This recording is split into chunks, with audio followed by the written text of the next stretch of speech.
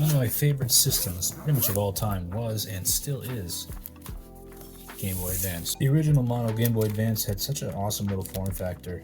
One of the only real downsides of the original model, in my opinion, was the non-backlit screen, which ended up being pretty bad, but luckily these days, you can do a lot of modifications that kind of rectify that issue.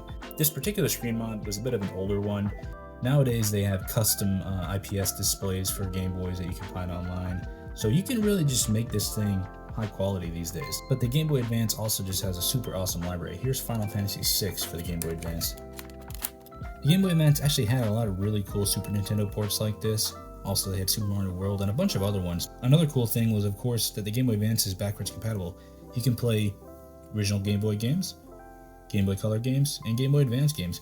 So yeah, that's just a few of the reasons why the Game Boy Advance is still one of my favorite systems to this day.